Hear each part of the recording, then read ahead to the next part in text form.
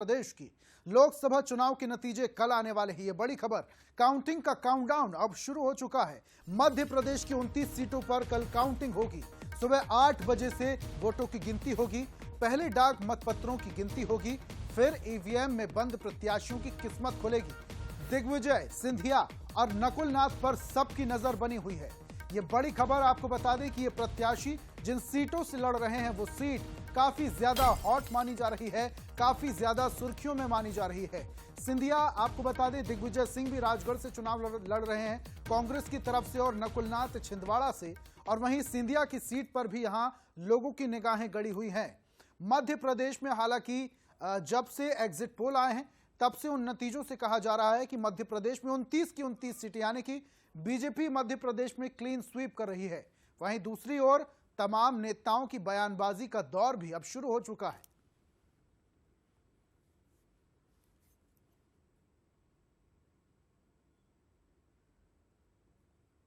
और कल लोकसभा चुनाव के नतीजे आने जा रहे हैं। सबसे हॉट सीट छिंदवाड़ा पर सबकी नजर है। एग्जिट पोल ने अब कांग्रेस की धड़कन बढ़ा दी है। कांग्रेस बीजेपी के लिए अभी सस्पेंस बरकरार है। ज्योतिषाचार्य ने कमलनाथ की कुंडली भी मजबूत बताई है। विरासत के सहारे नकुलनाथ को जीत की आस है। सियासी पंडित अभी भी कंफ्यूज दिखाई देते हैं। आपको बता दें कि जितने भी सियासी पंडित हैं वो अब कश्मकश की स्थिति में बने हुए हैं, क्योंकि जितने भी पंडित पुरोहित हैं उनकी भविष्यवाणी के अनुसार कुछ और आंकड़े निकल कर आते हैं। लेकिन अगर बात करें एग्जिट पोल की और नजर डालें एग्जिट पोल के नतीजों पर, तो बीजेपी मध्य प्रदेश में क्लीन स्वीप करती हुई दिखाई दे रही है। वहीं दूसरी तरफ कांग्रेस के बड़े नेताओं का अलग ही दावा देखने को मिल रहा है। तो सबकी निगाहें छिंदवाड़ा में है। आपको बता दें कि छिंदवाड़ा वो हॉट सीट जहां पर बीजेपी और कांग्रेस में कांटे की टक्कर देखने को मिल रही है। कांग्रेस की तरफ से कमलनाथ के बेटे नकुलनाथ एक बार फिर से सांसदी का चुनाव लड़ रहे हैं, और इसको देखते हुए अब जिस तरीके से यहां पर कश्मकश की स्थिति बनी हुई है, ऐसे में कई सारी बातें निकलकर सामने आ रही। लेकिन ग्राफिक्स के जरिए आपको 10 बड़ी और महत्वपूर्ण बातें बताने की कोशिश करते हैं। पूर्व सीएम कमलनाथ ने छिंदवाड़ा से बाहर प्रचार नहीं किया। कांग्रेस का कोई बड़ा नेता प्रचार के लिए छिंदवाड़ा नहीं पहुंचा। बीजेपी के चुनावी प्रहार का मुकाबला नाथ परिवार ने अकेले ही झेला है। कमलनाथ के कई करीबी नेता कांग्रेस छोड़कर बीजेपी में चले गए। कई कोशिशों के बाद भी कांग्रेस के जमीनी कार्यकर्ता नहीं टूटे। बीजेपी ने 2 लोकसभा चुनाव हार चुके विवेक बंटी साहू को टिकट दिया है। कैलाश विजयवर्गीय समेत कई बड़े दिग्गजों ने धुआंधार प्रचार किया। सीएम मोहन यादव ने छिंदवाड़ा में 9 सभाएं और रोड शो किए। देश के गृह मंत्री अमित शाह भी छिंदवाड़ा में रोड शो करने पहुंचे थे। अश्लील वीडियो और ऑडियो में चुनाव में खूब सुर्खियां बटी थी।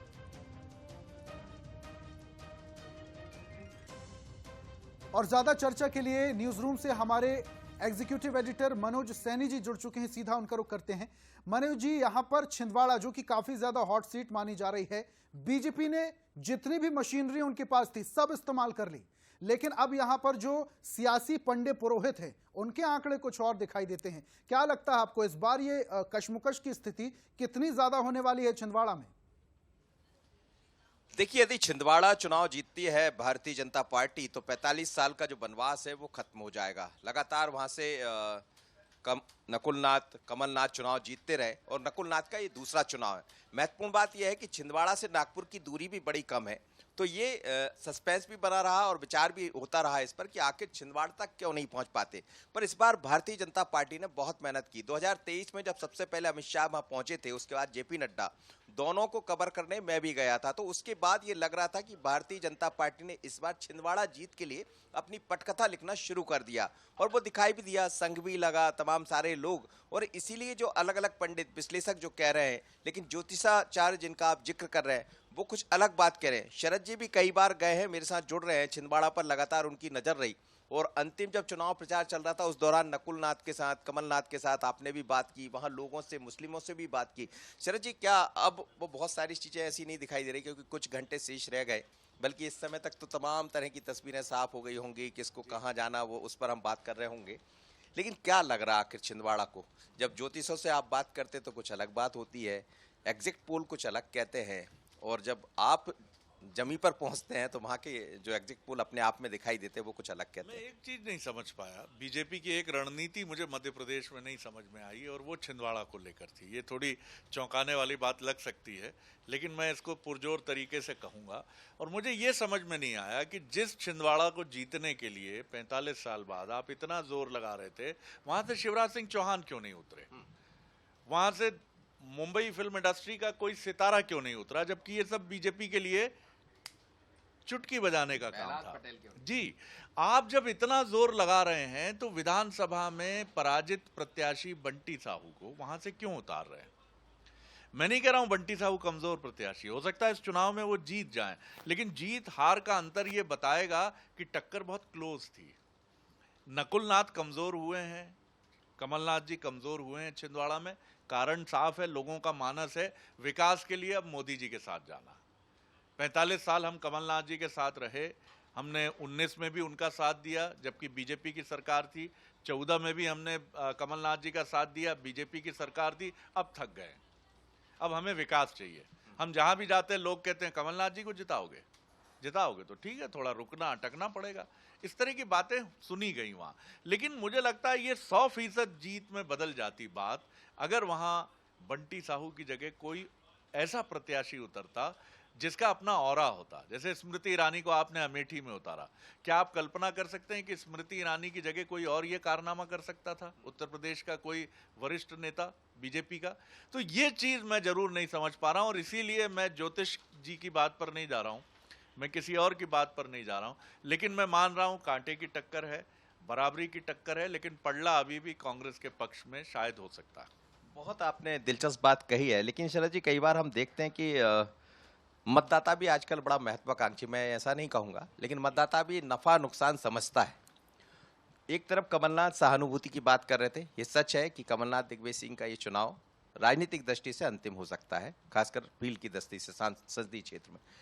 लेकिन क्या आपको लग रहा है कि जनता इस बात पर भी विचार करेगी, क्योंकि बहुत कुछ दिया कमलनाथ ने उनको, पाने ही पाना, मतलब लेने ही लेना रहा, लेकिन अब ये भी समझ रहे हैं कि राज्य में आपकी सरकार नहीं है, केंद्र में आपकी सरकार नहीं है। इसी सवाल का जवाब मैं देख रहा हूं, मैं ढूंढ रहा था इस सवाल का जवाब कि आखिर इंडी गठबंधन 295 की बात क्यों कर रहा है? उन्होंने बीजेपी से कुछ चीजें सीखी हैं। आपको याद होगा 2018 के चुनाव में 200 पार का नारा था, इस बार 400 पार का लोकसभा में नारा है। 400 पार होगा कि नहीं ये तो कल हमें, अब तक तो हम खड़े होंगे साफ एक पोजीशनिंग के साथ, भले ही रुझान होंगे, लेकिन हमें ये पता चल जाएगा कि 400 पार हो रहा है या नहीं हो रहा है। इंडी गठबंधन ने भी बड़ी चतुराई से चुनाव के चौथे पांचवें चरण के बीच में 295 का नारा दे दिया। अब एक मतदाता ऐसा होता है जो उसको लगता है कि वो ठिठक के हमेशा ऐसे ही सोचता है, ऐसा तो नहीं गुरु जे आ रहे हैं। तो ये 295 की बात करके उसने कहीं एक कंफ्यूजन भी पैदा करने की कोशिश की है। मतलब ये आपको याद होगा पहले ये बात कही जाती थी कंफर्टेबल मेजॉरिटी से बनाएंगे सरकार, कोई आंकड़ा नहीं बताता था, लेकिन अब दोनों ही पार्टियां आंकड़े बता रही हैं और ऐसे बता रही हैं जैसे कि किसी ने लिख के दिया है, आपकी 400 पार, आपकी 295। और दूसरे चरण के बाद राहुल गांधी या अखिलेश की बात करें, तेजस्वी की, वो इस तरफ कुछ ज्यादा दिखाई दिए, मतलब एक माहौल बनाना जिसको आप कह रहे हैं, भारतीय जनता पार्टी की लाइन पर आगे बढ़े। तो क्या ये लाइन छिंदवाड़ा में कमाल करेगी? आपने कहा बड़ा नेता वहां से कोई दिया नहीं, फिर भी मोहन यादव 10 सभा कर ले। ये रोल तो उस समय नहीं था क्योंकि पहले चरण में ही चुनाव हो गया था, तब 295 की बात नहीं थी।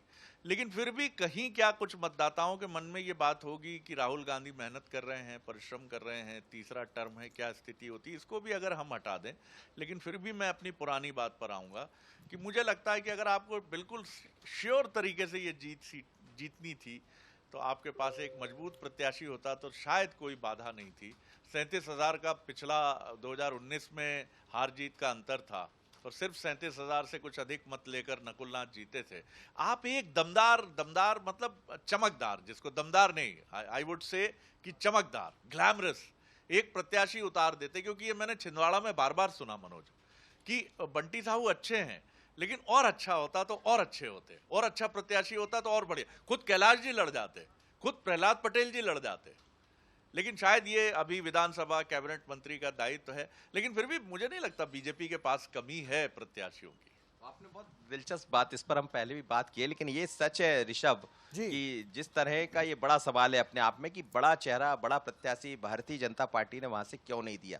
क्या वो चमक, जिस चमक की बात कर रहे हैं, वो चमक को बहुत कमजोर नहीं करना चाहते। ये सवाल उठेगा कल यदि ऐसा होता है कि नकुलनाथ की वापसी होती है तो फिर ये सवाल उठेगा क्या कुछ अंडरस्टैंडिंग है दोनों के बीच में। ये कहा जाएगा राजनीति में, कहने में शायद शरद जी कोई गुरेज भी नहीं करेंगे यदि ऐसा। बिल्कुल। और देखिए बंटी साहू अगर ये सफलता हासिल करते हैं तब तो नायक हैं ही वो, अगर उन्हें मिलती है सफलता। लेकिन फिर भी अगर मगर में जो एक ही सीट आप देखिए, अधिकतर एग्जिट पोल में एक ही सीट की बात कही गई है, क्या ये छिंदवाड़ा होगी? या छिंदवाड़ा के अलावा मंडला पर भी बहुत लोगों ने स्टैक किया है कि मंडला पर भी बहुत टफ फाइट है। तो ये देखना पड़ेगा कि क्या स्थिति बनती है। लेकिन मैं एक जर्नलिस्टिक एबिलिटी से, जर्नलिस्टिक अपना जो अल्प ज्ञान है उसके आधार पर मैं कह सकता हूं कि अगर वहां से कोई चमकदार प्रत्याशी होता, दमदार नहीं बोलूंगा, चमकदार बोलूंगा, तो ये बहुत आसान होता बीजेपी के लिए। बल्कि आज आप और हम बात कर रहे थे कि छिंदवाड़ा तो गई।